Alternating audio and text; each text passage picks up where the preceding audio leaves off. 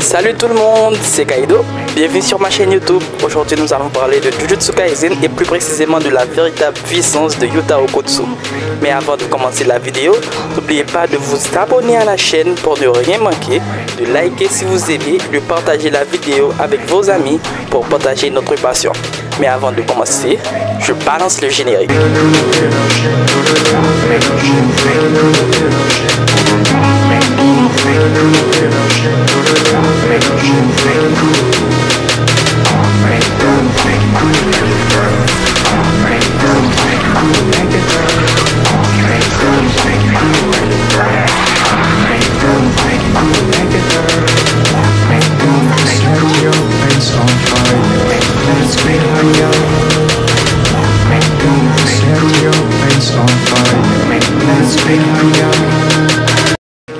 L'histoire de Yuta Okkotsu.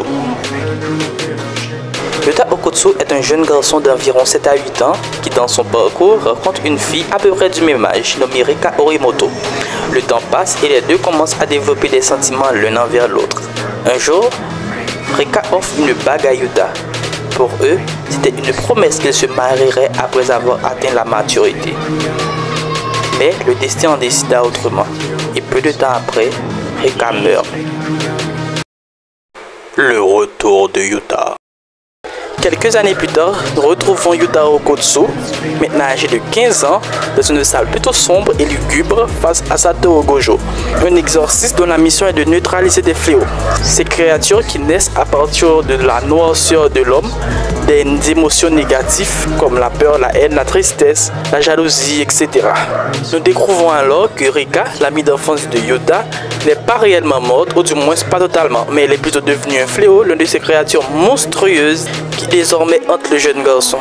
Rika, devenue trop puissante, est incapable d'être exorcisée comme d'habitude. Alors, Gojo Satoru invite le jeune garçon à venir dans son établissement là où ils pourront l'aider. Arrivé à l'école, Yuta fait la rencontre d'autres élèves aussi étranges que lui. Une jeune fille normale, voire trop normale, du nom de Maki.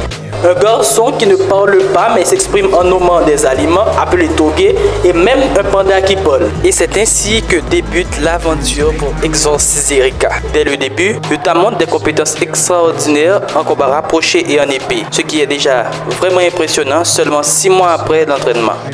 Au fur et à mesure de l'avancement de l'histoire, on découvre que sa maîtrise va bien au-delà, puisque Yuta maîtrise maintenant le sort d'inversion.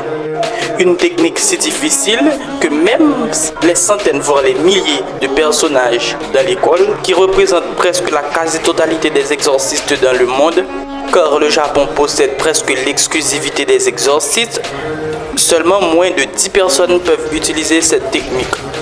Elle consiste à régénérer le corps de la personne qui l'utilise. Mais Yuta va encore plus loin en guérissant même le corps de ses amis comme on peut le voir dans l'anime. Ce que même Satoru Gojo, un exorciste de classe S, le plus haut rang, n'a pas réussi à accomplir.